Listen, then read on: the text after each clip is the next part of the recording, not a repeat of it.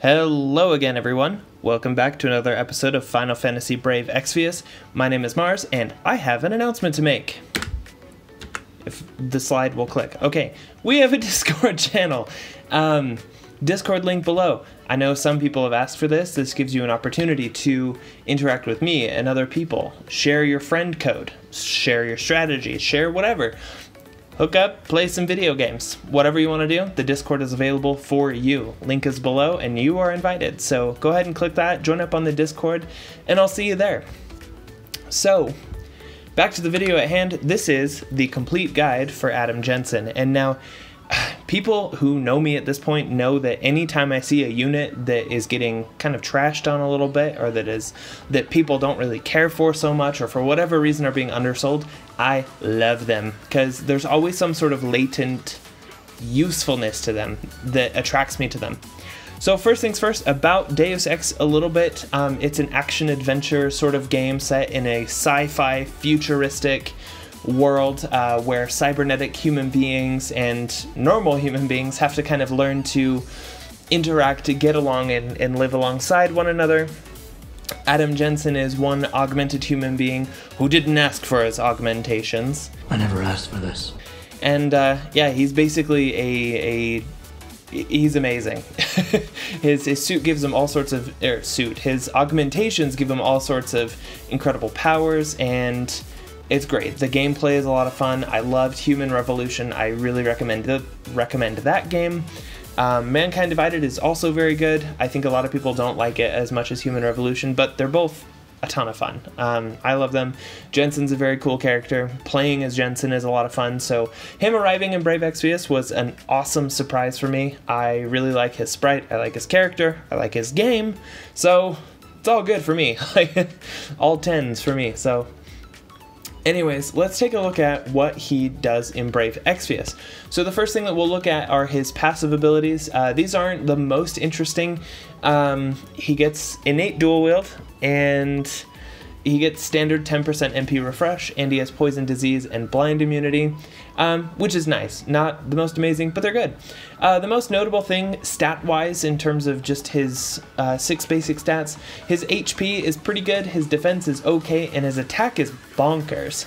180% attack, and I believe that's after his TMR is equipped. I forget which ones I put into this sometimes, because sometimes it takes me a few days to make these.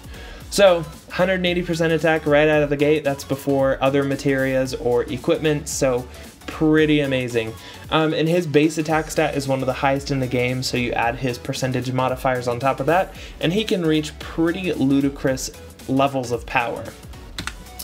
As far as his support moves, I'll call them, they're his abilities that you will probably not use very frequently, but they are available in case you need them. We have Stealth Enhancer, which gives him the ability to evade 3 attacks, which is really nice if you know you have to cross a threshold and not die, because if he dies, it resets his nano blade stacks, which we'll get to later. So this is really useful like in a fight like Elnath, where they do a combination of magical and physical damage. You have to take some damage to your party. This makes it so that if you're covering the magic, he can at least evade the physical damage and then survive to the next phase of the fight to continue doing damage.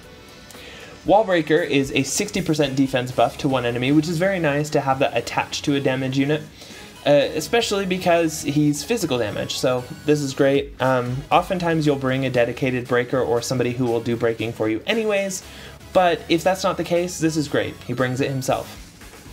Speaking of breaks, Smart Vision allows him to view info on one enemy, as well as provide a 45% full break for 3 turns. So, nice, again, if you need it. 45% is starting to fall behind as far as breaks go, but it's still good. For all of the content that we currently have in the game, 45% is plenty. Now, wideband frequency jammer, I swear I can say that. Say that 10 times fast. Wideband frequency jammer, wideband frequency jammer, wideband frequency jammer. Okay, I've got it. Oh, that one's hard to say. This one damages one enemy and increases damage against mechanical monsters for 3 turns. So this is nice if you need to do some burst damage or need to lay waste to something that's a machine. So Omega, that's you, buddy. Makes him great at killing machines. Now his other support moves, he has Stealth Enhancer, which is his kind of strange ability that a lot of people thought it would work differently than it did, but basically if you use this, it provides immunity to all statuses, including charm and...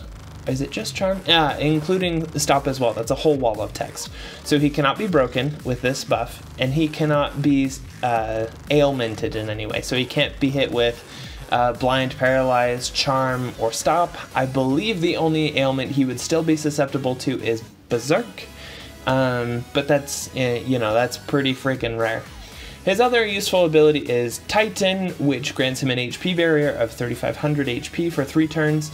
So this is a little HP bar that stacks on top of his normal health bar. So useful again if you need to survive a threshold or some other attack. Otherwise you may not use it very much. Now let's get into his damage abilities. These are what I would classify as his less useful damage abilities. Ones that you will probably not use very much at all. Pep's knockback is a 3 times modifier to one enemy. Not really useful. I believe it only hits once, so not useful. Tesla is his on-demand chaining move. Does 3.5x to one enemy, and it imperils thunder by 50%, and it can inflict paralyze.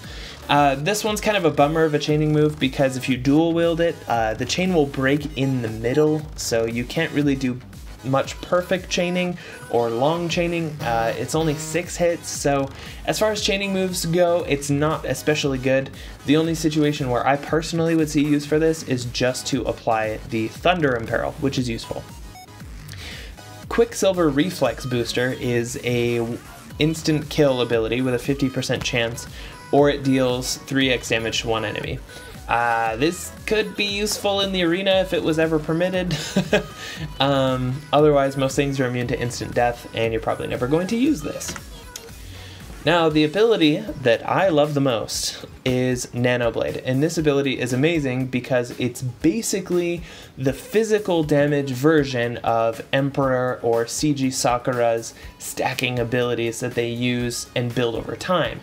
And it's what makes them excellent solo damage dealers. And that's kind of the idea behind Adam Jensen as well, is that he can be a great solo damage dealer because the modifiers on this go super, super high. And so on this description it says physical damage 3/5 times damage with consecutive increase, which means with his Trustmaster reward equipped, I believe or maybe it's 100 when he's level 120, I can't remember which it is, he gets an additional 2 times modifier onto Nano Blade, and it stacks with each use. So if you have it as a 5 times modifier the first time, the next time you use it, it will be a 6 times modifier and then 7 times. And if you're dual wielding, it will build twice as quickly. So first turn you'll have a 5x and a 6x hit, and then turn 2 you will have a 7x and an 8x hit, and it builds very quickly until you hit that maximum of 16 times damage modifier, which is quite high for a finisher, especially on demand. Once you reach that, that's like turn 5 or turn 6, you're getting maximum damage out of this, and it hits like a truck. Now, as far as cooldown skills, he does have some very interesting and powerful skills. Explosive Heat Blade is a 5-turn cooldown available on turn 5 that deals fire damage, decreases fire resistance by 100% for 3 turns to an enemy, and it's a 12 times modifier. And this one only hits 1 time, so it's also a finishing move, and it's a strong one. 12x is great damage. If you've been building Nano Blade the whole time leading up to this, then Nano Blade is actually probably still stronger unless you need a Fire Imperil. But if you're not quite there for whatever reason, you had to do support skills or your stacks reset for whatever reason, this is a good option to fill in your damage. Remote Hacking is another one of his cooldown skills that's also 5 turns cooldown, available on turn 5, that increases his physical damage against mechanical monsters by 75% for 1 turn. And more importantly, it's a 17 times damage modifier, meaning that aside from his maxed limit burst, this will do more finishing damage than any of his other skills, including maxed out Nano Blade. So this is a great ability to use. Great, I love it. This next cooldown ability, I'm sure you've heard of it by now, Typhoon Explosive System, goodness, I cannot talk, is a fantastic chaining move. It's very strong. It has a 12 times modifier, which is humongous, and it's innately fire damage that decreases fire resistance by 75% to all enemies, and of course, it has to be on a really long cooldown because of how good it is. 6 turns cooldown available on turn 1. So the massive potential for this is for one-shot kills if you wanted to kill an enemy or a group of enemies very quickly, bring your Adam, bring a friend Adam, and then just blow them away, because it is a ton of damage. The drawback, of course, is that there's no sustain to it, so if you need to cross thresholds at a particular time, or something like Malboro where you're kind of operating on a clock, this skill probably will not line up with it. So great for one-shot kills, does a ton of damage up front, amazing, amazing. But if you need to continue in the fight for more than just that first turn or the first couple turns, it may not be the best move for you. Now, as far as other information for Adam Jensen, we have his Trustmaster reward, which, in my opinion, is probably the only reason you would feel impelled to pull for him. It's incredible. TF-29 Agent gives 20% true dual wield and 30% attack for a sword, fist, projectile, or gun equipped. So that's a total of 60% attack with both a sword, fist, projectile, or gun, if you have 2 of those equipped, and 20% true dual wield. And with so many units at the damage percent cap, having extra true dual wield from a materia slot is amazing. So personally, I love this. This goes great with units like Veritas of the Light, with Rico Rodriguez, with Adam himself. There are a lot of units that can really benefit from this, especially going forward into the 7-star meta as more units emerge. Now, his Super Trustmaster reward is his Trench Coat. It gives 35 attack, which is very good, especially if you don't have Luneth's clothes, like me. Ugh, wish I had that. It also gives him plus 50% attack with a gun. So, gun mastery on a trench coat that has a lot of attack, it's great. It's a good Super TMR. Not anything worth wailing for, but it is very, very good. Now, his Limit Burst is one of the most powerful finishing moves in the whole game. And there's a reason for it.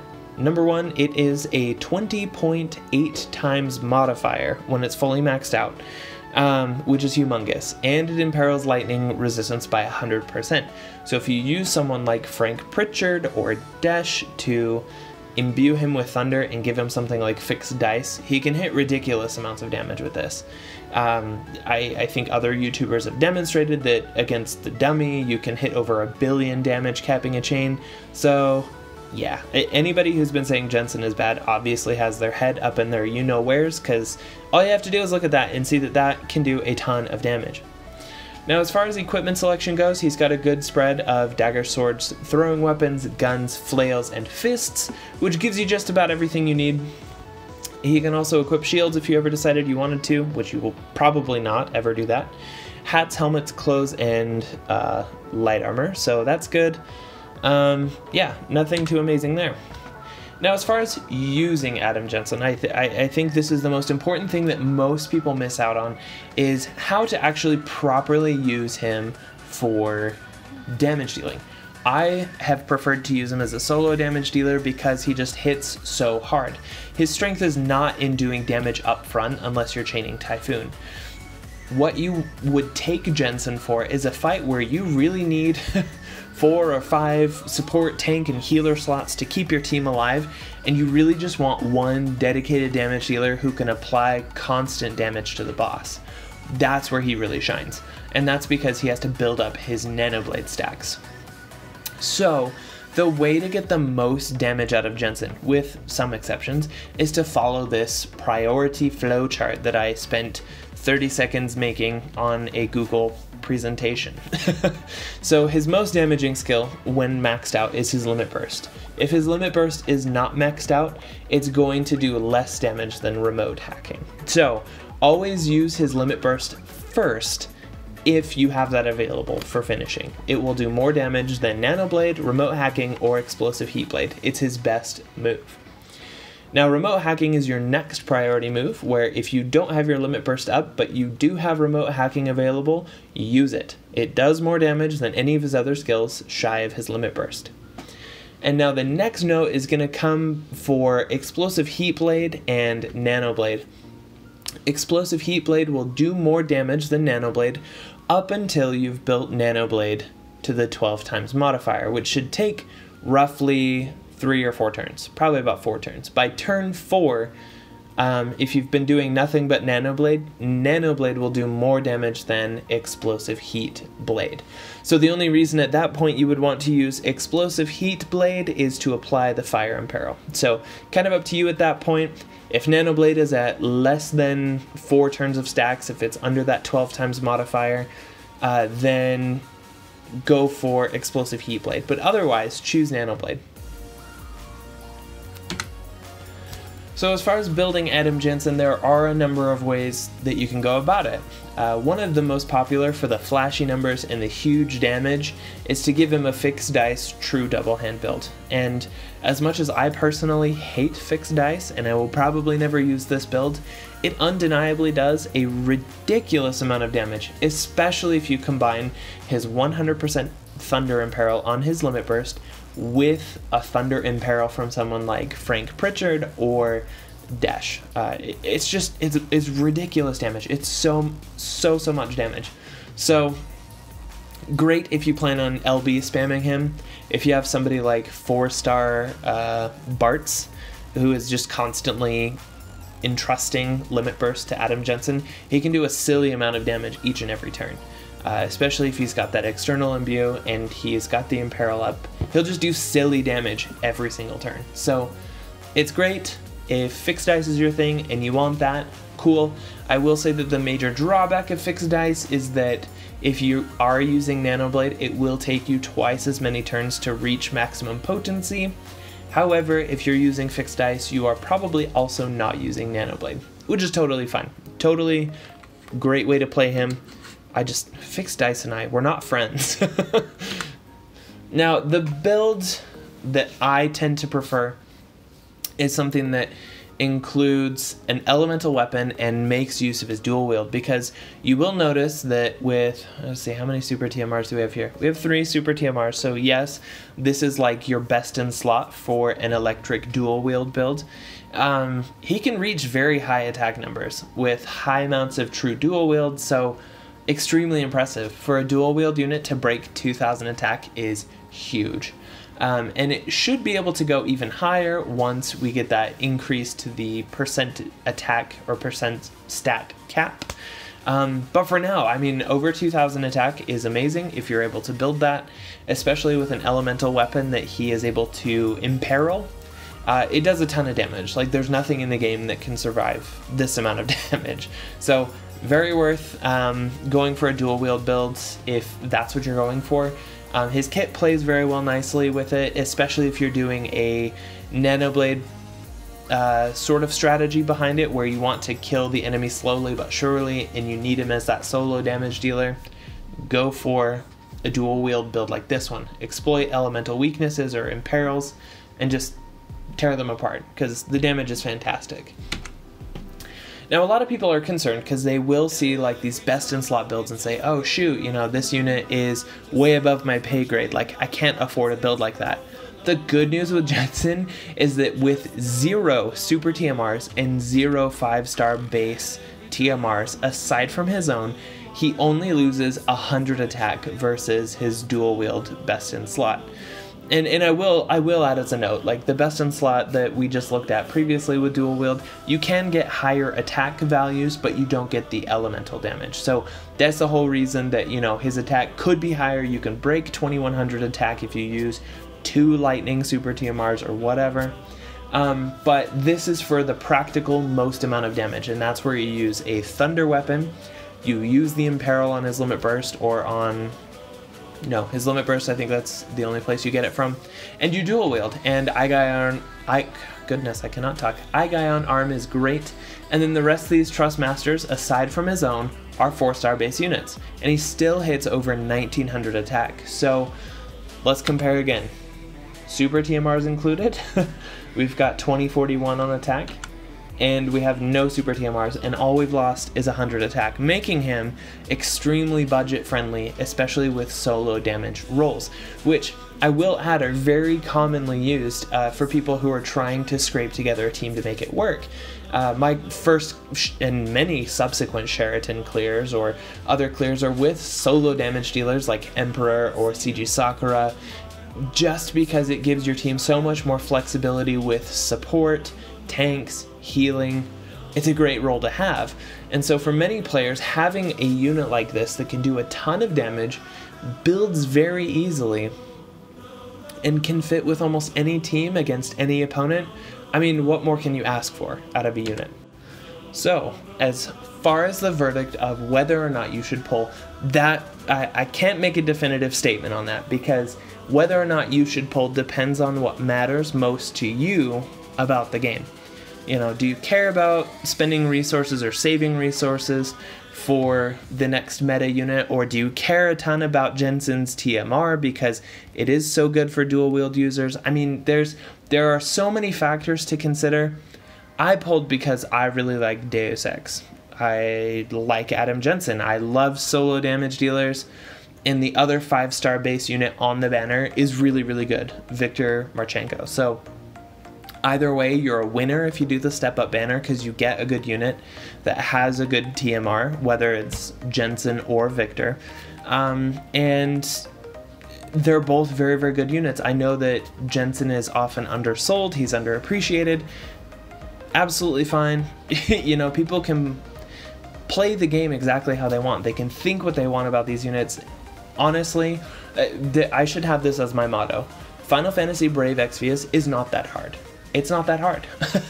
You know, a lot of people are losing their heads over 7-star this and unit of choice ticket that, and I totally understand. But the most important thing that people have to keep in mind is that this game is not that hard. You know, we don't get any dramatic hikes in difficulty for many months from now in terms of whether or not you should worry about a unit's viability. So, if you enjoy a unit or you simply want a unit, let that be reason enough for you to pull something that you want. So, again, totally up to you. I really like him. I think his TMR is going to be top choice for a lot of units for a minute. It's hard to say for how long because it doesn't exist in JP, and we all know that in the Japanese version of the game, dual wield units are kind of second class to true double hand units. So even if Jensen's TMR is best in slot for dual wield units, it may not be that prevalent because of how popular double hand units will be, especially once Hyo comes soon. So honestly, pull if you want him, pull if you like him, pull if you don't mind pulling Victor along the way, because again, great units. It's hard to lose on the banner as long as you're pulling the banner units through the step up. So that's my verdict for it. I really like him. Definitely not a must-have unit, but if it's a unit that you love, go for it. So that brings the complete guide for Adam Jensen to a close. If you enjoyed this, please let me know in the comments. If you have additional suggestions, remarks, or anything else you want to share with me, please also leave that in the comments, and I will see everybody in the next one.